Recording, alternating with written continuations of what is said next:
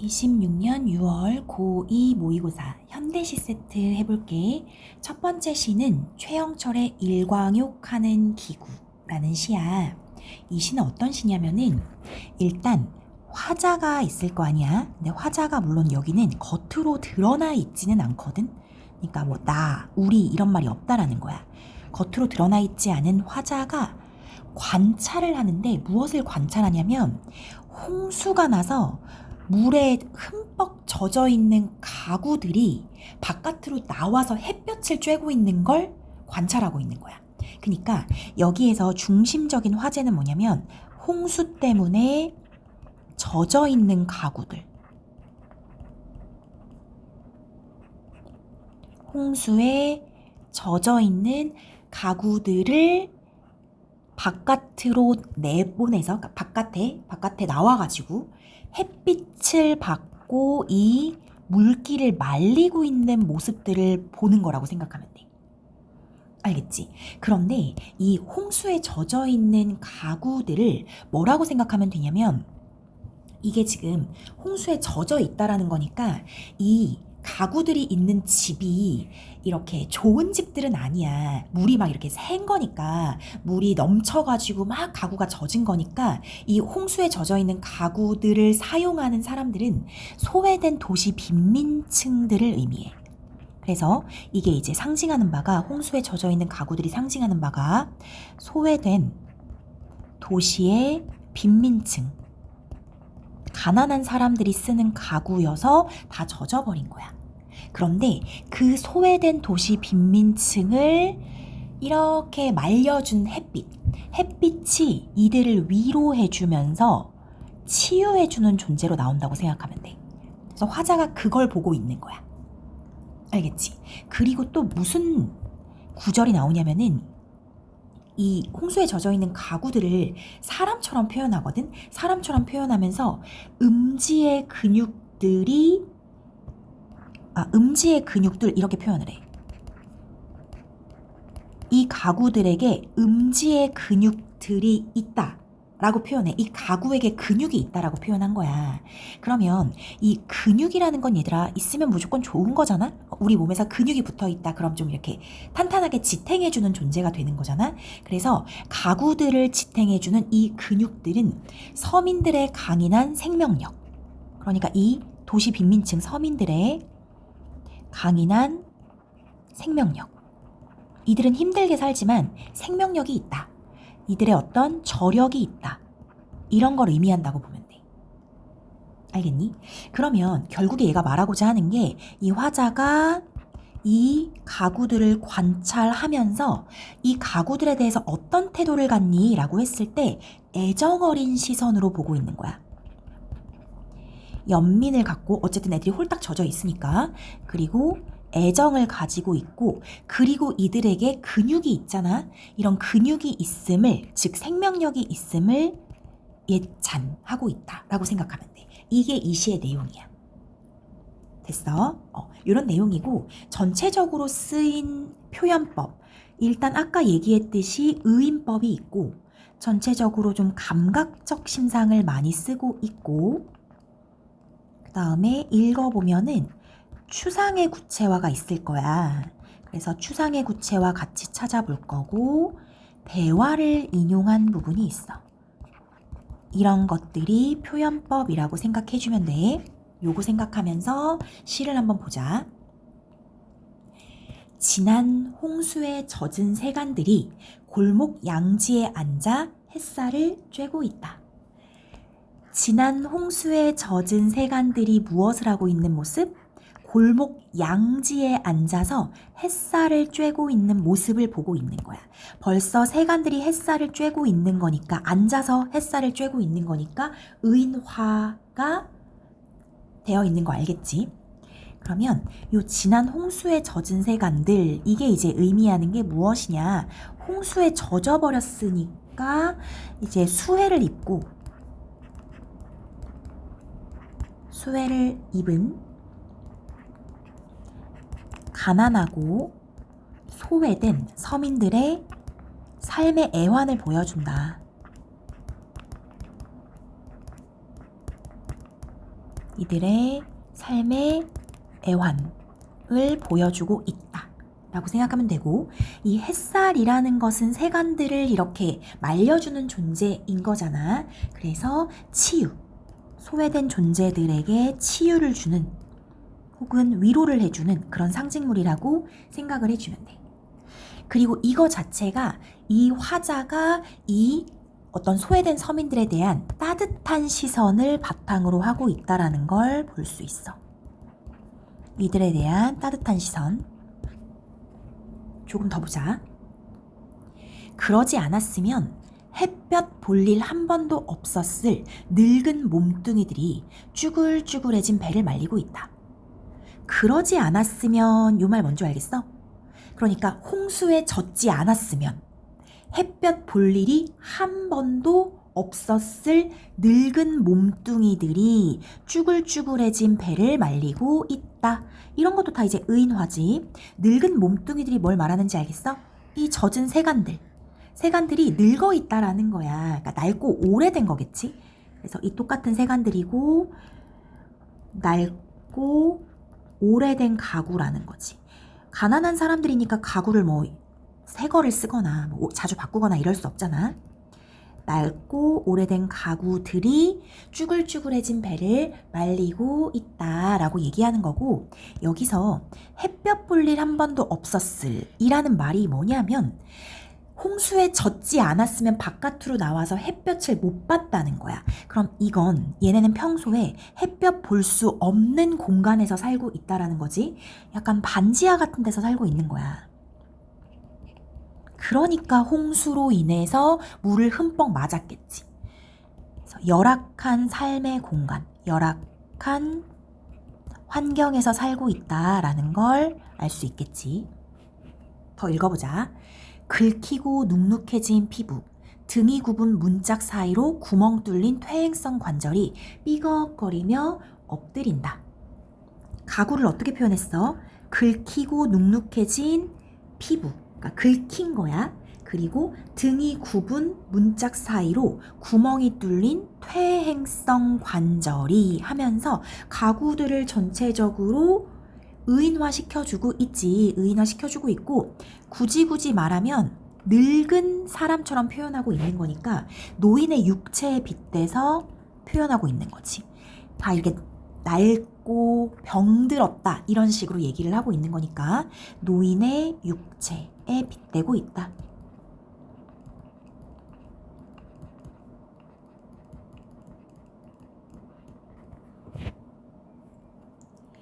그 사이 당신도 많이 상했군. 진한 햇살 쪽으로 서로 몸을 디밀다가 몰라보게 야윈 어깨를 알아보고 아른 채 한다. 가구들이 여러 개 나와 있을 거 아니야. 그러니까 서로 이제 이야기를 하는 거야. 그 사이에 너도 진짜 많이 상했구나 하면서 가구가 말하는 것처럼 대화를 이제 직접 인용하고 있지.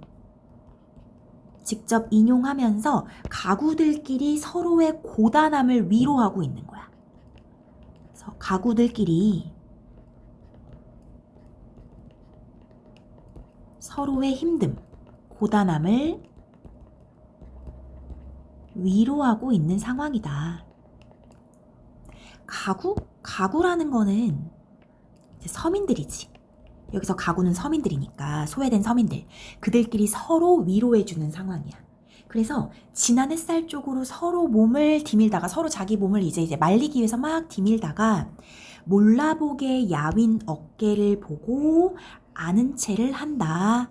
이거 얘기가 뭐야? 서로 아는 체를 하면서 위로해주는 거니까 이 서민들끼리, 가구들끼리의 유대감, 서민들끼리의 유대감, 연대의식, 이런 걸 볼 수 있는 거지. 살델라 조심해. 몸을 뒤집어주며 작년만 해도 팽팽하던 의자의 발목이 절룩거린다. 살델라 조심해.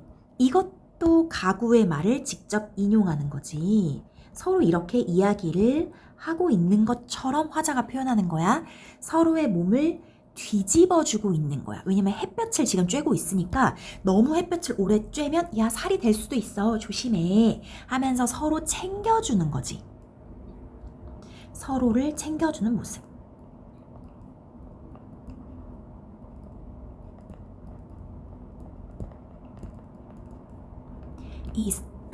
이 서로를 챙겨주는 모습은 타인을 배려해주는 모습이거든. 이 서민들끼리 타인을 배려하는 서로 간의 인정. 작년만 해도 팽팽하던 의자의 발목이 절룩거린다 하면서 의자의 발목이 절룩거렸다, 병들었다는 거지. 작년만 해도 이렇지 않았는데 지금 절룩거리고 있어. 병들어가는 이 가구의 모습이니까 다시 말하면 서민들의 삶의 모습을 보여주고 있다. 풀 죽고 곰팡이 쓴 허섭 쓰레기, 버리기도 힘들었던 가난들이, 얘들아 요거 있잖아. 풀 죽고 곰팡이가 쓸어있는 허섭 쓰레기, 버리기도 힘들었던 가난들, 이거 다 가구 얘기하는 거야. 이 가구들이 아랫돌이 털 때마다 먼지로 풀풀 달아난다. 아랫도리를 털 때마다 먼지로 풀풀 달아난다. 요거 있잖아. 가난들이 아랫도리 털 때마다 먼지로 풀풀 달아난다. 요렇게 체크해주고, 이게 뭐냐면 추상의 구체화야. 요거 보이니?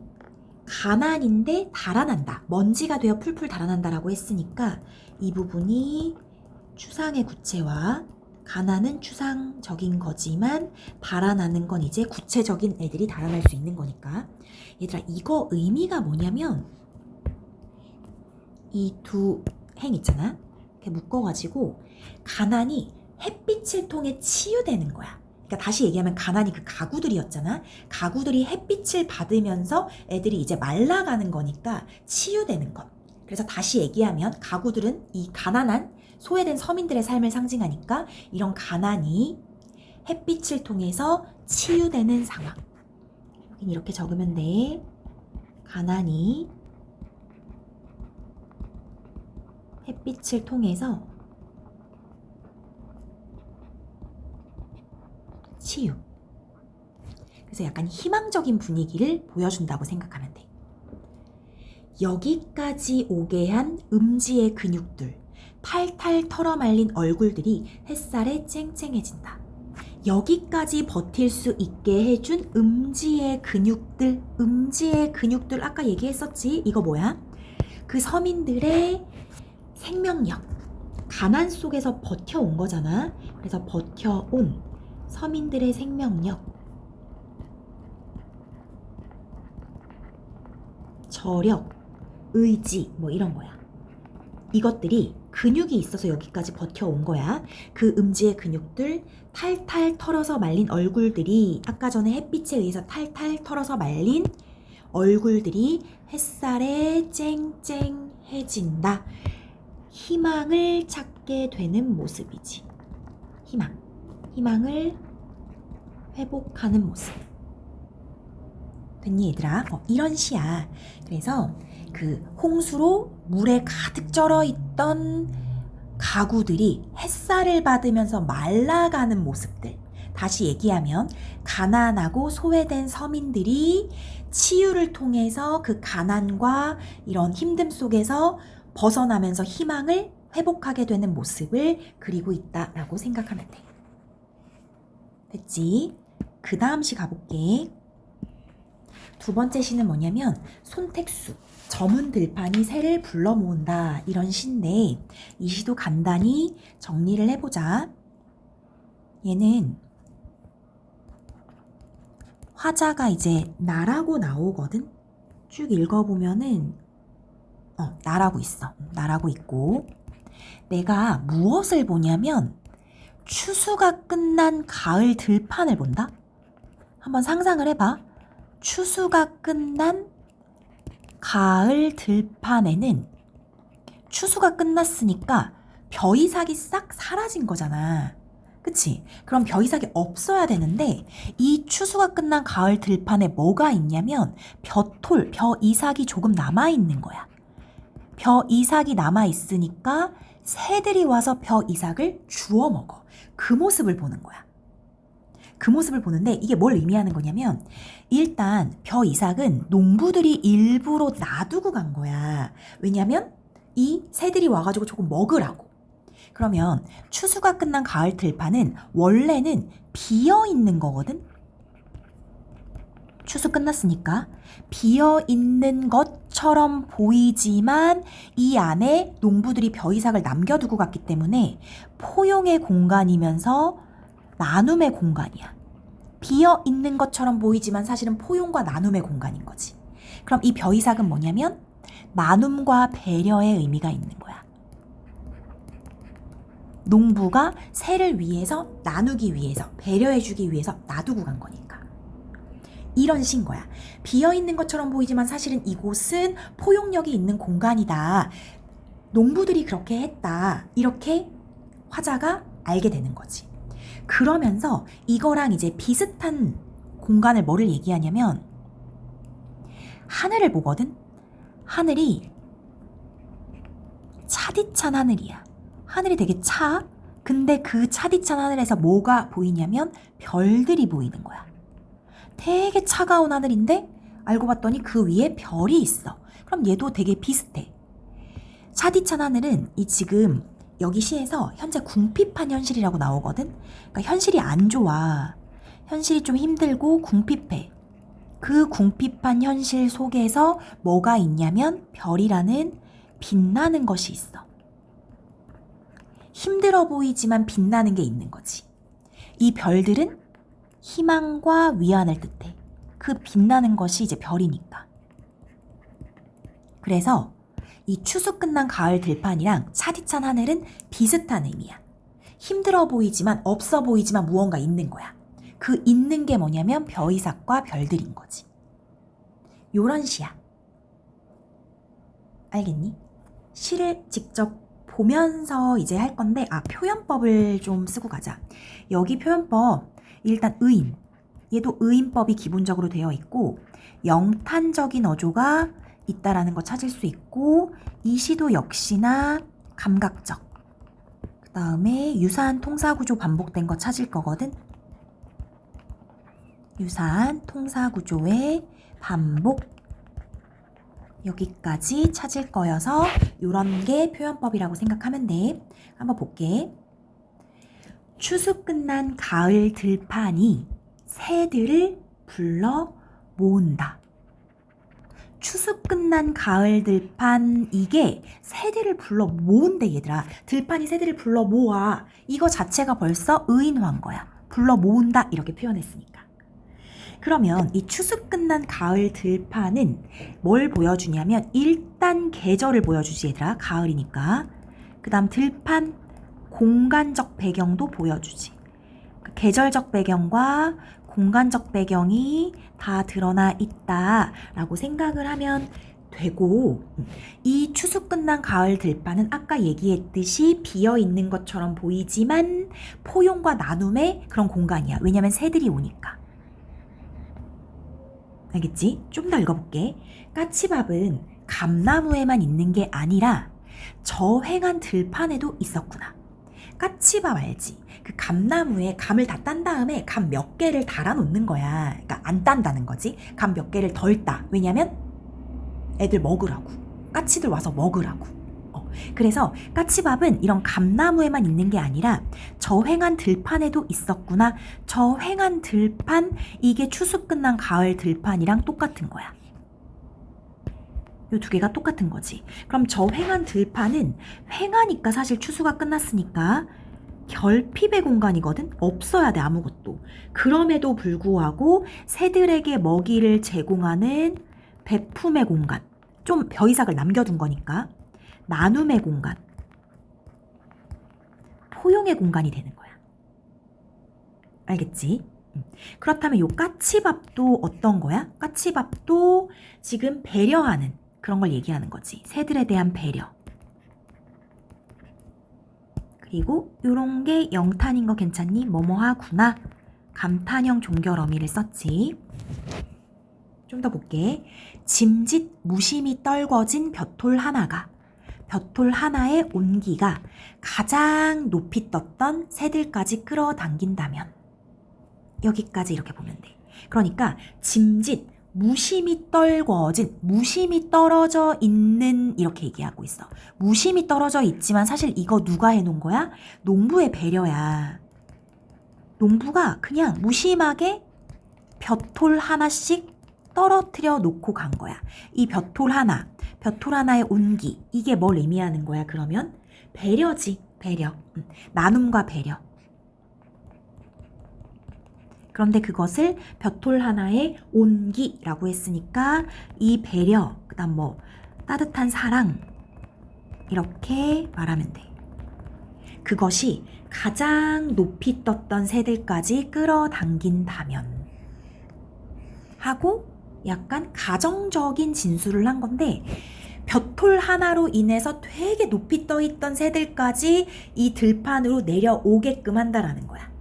그러니까 이런 작은 벼톨 하나가 결국에 가장 높이 떠있는 새들까지 불러오는 상황이니까 작은 배품에 큰 힘을 보여줘. 작은 배품이 가져오는 큰 힘. 됐지? 그 다음 봐. 궁핍한 시절이다 새삼. 궁핍하대. 지금 좀 궁핍한 현실이라는 거야. 다들 배고픈 시절이야. 해서 현재는 결핍의 시대야. 배고파. 이렇게 인식하고 있어. 그 다음 볼게. 불빛들 두런두런 피어나고, 불빛들이 두런두런 피어난다라는 것은 저녁이 되어서 마을에 불빛이 켜지는 상황. 저녁에 마을에 불이 켜진다. 그런 상황이야. 긴 불이, 짧은 불이 젓가락질 바쁜 나그네 새와 함께 콕콕콕 조아리며 연신 언 땅을 일구는 까치떼가 있다면, 얘들아 이렇게 볼게. 일단 저녁이 됐다라고 얘기하면서 긴 부리 짧은 부리로 젓가락질이 바쁜 나그네새. 나그네새가 부리를 이렇게 쪼는 거 있잖아. 부리를 쪼는 걸 젓가락질이라고 표현하고 있는 거야. 그래서 이것도 역시 의인화야. 부리로 곡식을 쪼아 먹는 모습을 젓가락질이라고 얘기하는 거야. 그래서 젓가락질이 뭐예요? 라고 하면 부리로 나다를 쪼아 먹는 모습. 그 떨어뜨린 벼톨 있잖아. 부리로 벼톨을 쪼아 먹는 모습을 젓가락질이라고 표현했다.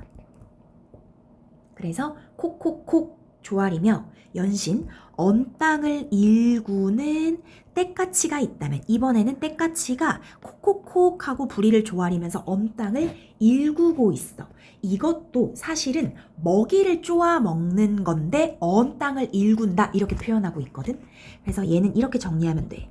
새가 먹이를 찾는 모습, 먹이를 찾아 먹는 모습을 뭐에 비유하는 거냐면 언 땅을 일구는 농사일에 빗대고 있다. 농사일에 빗댄다, 비유하고 있다. 그래서 언 땅을 일구는 게 떼까치, 이렇게 표현하고 있는 거야. 그러니까 지금 여기서 얘들아, 나그네새, 떼까치, 얘네들이 지금 다 뭐 하고 있다라는 거야? 농부가 뿌려놓은 벼톨 하나를 이제 먹고 있는 모습을 이렇게 다 의인화해서 드러내고 있는 거야. 그 다음 보자. 나 농부들의 그 무심함으로 잠시 저문 들판을 바라보아도 되겠다. 나 화자가 등장했지. 농부들의 무심함으로 잠시 저문 들판을 바라보아도 되겠다. 농부들의 무심함이 뭐냐면 아까 전에 이렇게 얘기했었거든. 짐짓 무심히 떨궈진 벼톨 하나. 그러니까 농부가 배려한 거야. 이걸 그냥 무심하게 떨어뜨렸다라고 하지만 정말 관심 없게 떨어뜨려 놓은 게 아니라 사실은 배려해서 떨어뜨려 놓은 건데 마치 무심하게 떨어뜨려 놓은 것처럼 표현한 거다. 그럼 이 농부들의 무심함이라는 것 자체는 이 생명에 대한 배려야. 새들을 위한 생명에 대한 배려. 그 다음에 배품. 그런 태도. 생명에 대한 배려와 베품의 태도라고 생각하면 돼. 그래서 그 배려와 베품의 태도로 잠시 저문 들판을 바라보아도 되겠다 라는 얘기는 그렇게 저문 들판을 바라보고 싶어 라는 의미이기 때문에 얘는 이렇게 한번 써볼게. 여유로운 관조의 태도. 그냥 바라본다는 거야. 농부들의 생명에 대한 배려와 베품의 태도를 생각하면서 여유롭게 관조해보겠다는 거지. 좀 더 읽어보자. 벼이삭은 들판에만 있는 게 아니라 차디찬 저 하늘에도 있었구나. 저문 하늘에 드문드문 숨어 빛나는 별들을 한동안 바라보며 살아도 되겠다. 화자가 여태까지는 저문 들판에 있는 벼이삭을 봤거든? 근데 그 벼이삭 있지? 벼이삭이 이제 배려잖아? 그 배려는 들판에만 있는 게 아니라 차디찬 저 하늘에도 있대. 그럼 우리 대응을 잘 시켜볼까? 들판에 벼이삭이 있었잖아, 벼이삭. 그치? 그러면 차디찬 저 하늘, 차디찬 저 하늘에는 벼이삭에 대응하는 별들이 있는 거야. 이렇게. 이해됐어?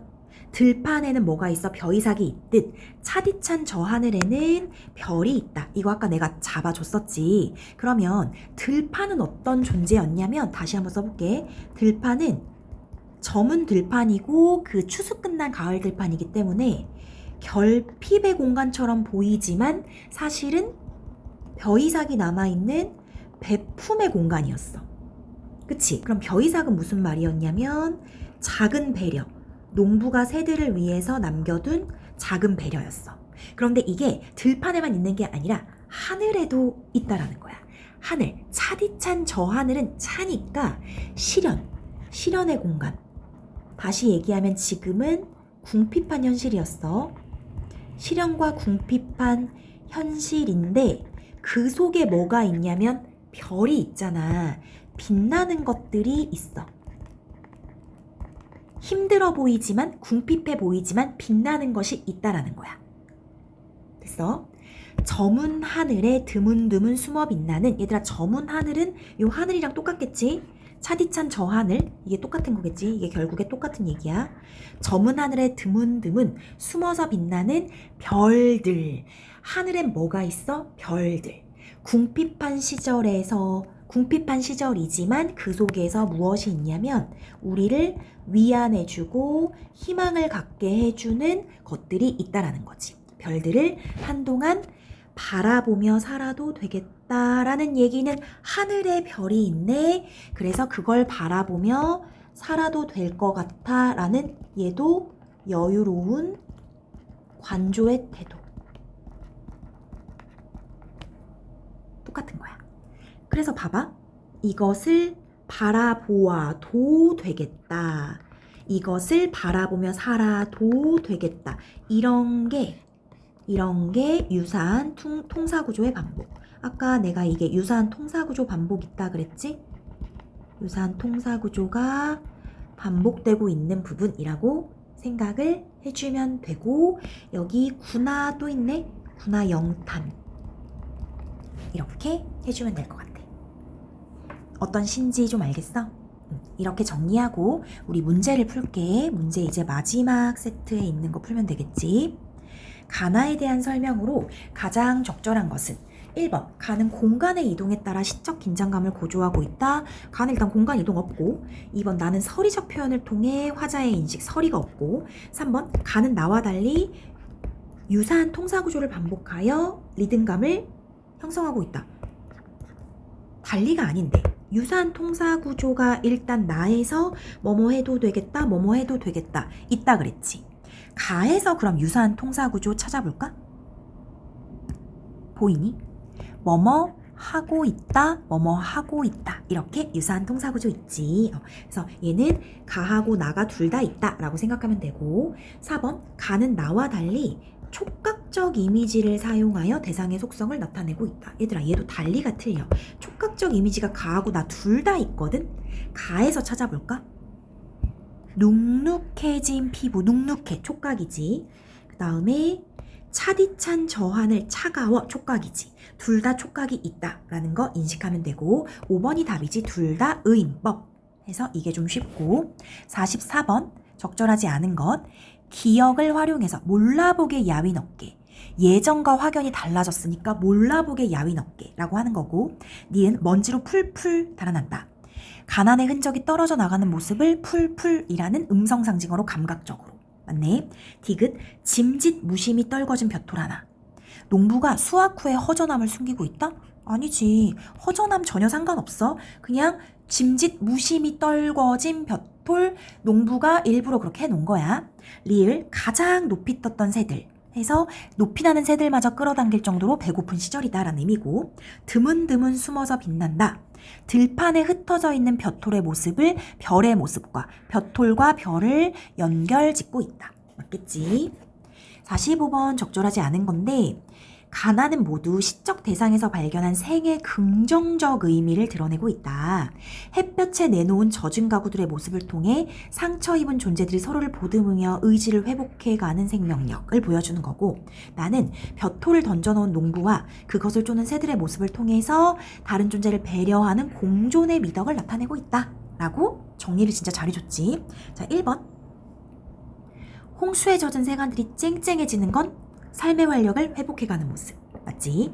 긁히고 눅눅해지고 곰팡이 쓴 것은 상처. 맞고 추수 끝난 가을 들판이 휑한 것은 새들이 먹이를 찾기가 어려운 궁핍한 상황. 그치? 추수가 끝났으니까 휑해. 새들의 먹이가 없어. 이런 의미고 4번 나그네 새가 긴 부리 짧은 부리를 바쁘게 움직이는 것은 다른 존재와 먹이를 나누려는 공존의 미덕. 다른 존재랑 먹이를 나누려는 공존의 미덕이 아니라 그냥 자기가 자기 거 먹고 있는 거야. 공존의 미덕은 농부가 벼톨 떨어뜨리는 거에서 알 수 있어. 알겠지? 5번 가구들이 야윈 어깨를 알아보며 몸을 뒤집어주는 것. 서로 배려해주고 유대감을 갖고 있는 거고 나에서 농부들이 새들을 위해 벼톨을 떨궈 놓는 것은 따뜻한 시선으로 포착된 생의 긍정적 가치. 맞겠지? 그래서 45번에 4번 해주면 돼. 여기까지 할게 얘들아. 정말 수고 많았어.